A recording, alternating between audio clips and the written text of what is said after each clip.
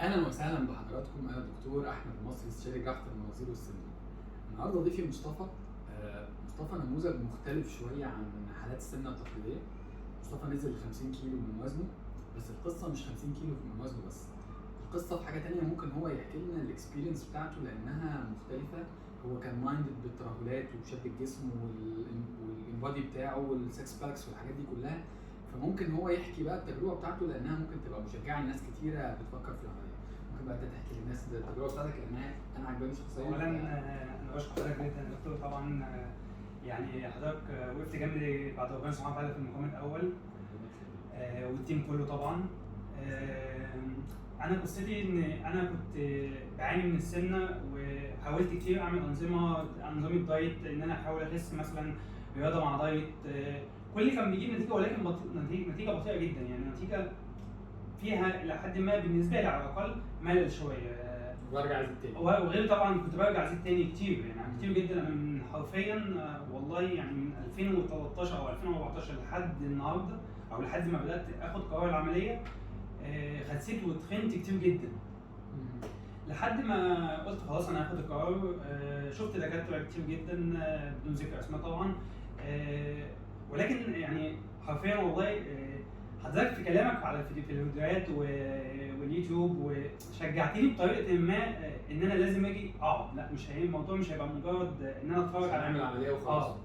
فجيت وقعدت مع حضرتك، وحضرتك شجعتني يعني بجد، اديتني حافز قدام كويس جدا، وبدات ان انا اخد الخطوه، والحمد لله عملت العمليه.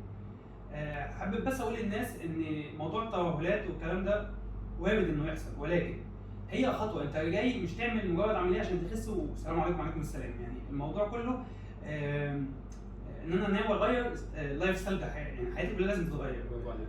صح. انا مش مجرد ان انا عملت عمليه يعني شويه سنه الدنيا تمام زي الفل خلاص ابدا ابوظ في الاكل، ابدا ابوظ في انواع او نوعيات الاكل. مع الوقت هدخل، ما هي مش سحر. صح، برافو عليك. صح. ولكن الفكره كلها في ان انا لازم، لا انا هغير لايف ستايل حياتي كله بلا استثناء. ممكن في عزومه في فرح هاكل حاجه غصب عني بتاعي، يبقى 80% ان انا هاكل اكل صحي و20% لخبطه شويه. ولكن طيب الترهلات والجلد اللي ممكن يحصل، هي هنا في تيم كامل بلا استثناء، بيبدا من الدكتور احمد المصري لحد يعني كل الناس هنا بلا استثناء. انت عايز تركز على الكوتش ان هو حاطط لك بروجرام رياضي مع في كوتش هنا في العياده، في استشاري تغذيه، في تيم كامل. لا، ازاي ان انا هبدا ان انا اخس وابني عضل في نفس الوقت، اخس وابني عضل في نفس الوقت. وده اللي انا مشيت عليه، ان انا هخس دهون واقوي العضلات حرفيا والله. وممكن ابعت يعني ممكن الصوره تشوف فيها كان بادي 8% دهون حاليا في جسمي كله. 8 دهون معايا عشان اللي مش عارف يعني ايه 8% دهون. 8% دهون يعني السكس باكس بتاعت بطنك بتبتدي تظهر لما بتوصل للنسبه دي. يعني من اول 9 او 8% دهون في البادي بتاعك، ده معناه ان السكس باكس بتبقى متقسمه. وما شاء الله ما شاء الله ما شاء الله ما شاء الله احنا واصلين للمعادله دي. هو على فكره مصطفى هو على فكره عمل الفيديو ده عشان يشجع الناس. لما اتكلمنا مع بعض في البادي بتاعه، انا حرفيا شخص تاني حرفيا والله. يعني انا مهما قلت من كلام انا حرفيا واحد تاني. انا لما بوري صورتي الاول لصوره، يعني صورتي الاول وصورتي حاليا، مفيش حد بيصدق. احنا هنستاذنك نوري الناس اكيد طبعا يشرفني مشجعه، والناس دايما تقول ما شاء الله دايما لما يشوفوا صورتك يعني ما شاء الله بالله عليك ما شاء الله عشان خاطر ربنا يحفظه ويكمل على خير، لانه دي حاجه برضو يعني مش كل الناس بتحب تقولها. ف يعني نقول ما شاء الله عليه وربنا يحفظك. انت لخصت اللي انا كنت عايز اقوله كله، ان العمليه مش سحر، العمليه لايف ستايل. العمليه مش ليها حدود انك تقف عند حد معين، انك تقدر تكمل. وان انا احول الدهون بتاع الجسم، مش بس اخس وصحتي تبقى احسن، احول الدهون اللي عندي لعضلات، استغل الاكل كعلاج والرياضه معاه تساعدني اوصل لده. بص، هو دي معادله كويسه جدا، وكويس ان انت وصلت لها وعملتها. بالظبط، وده اللي انا اشتغلت عليه، ان انا على قد ما اقدر لازم مش مجرد ان انا ابطل اكل او ابوظ اكل اي حاجه واخس بعد العمليه وشكرا على كده. لا، اخترت طريق قلت لازم اكمله للاخر مهما يحصل.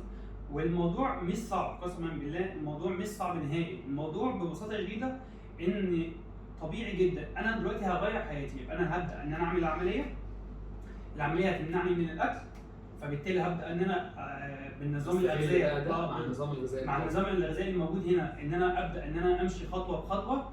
شهرين 3 بعد العمليه ابدا ان انا انزل جيم، العب كارديو، اشيل حديد بسيط جدا. مع الوقت هتلاقي نفسك جسمك بيتطور لوحده، الطهارات دي بتختفي واحده واحده مع الايام. انت قدامك عمرك كله، فبالتالي تقدر توصل اللي انت عاوزه براحتك جدا وبدون اي استعجال وبدون اي خوف.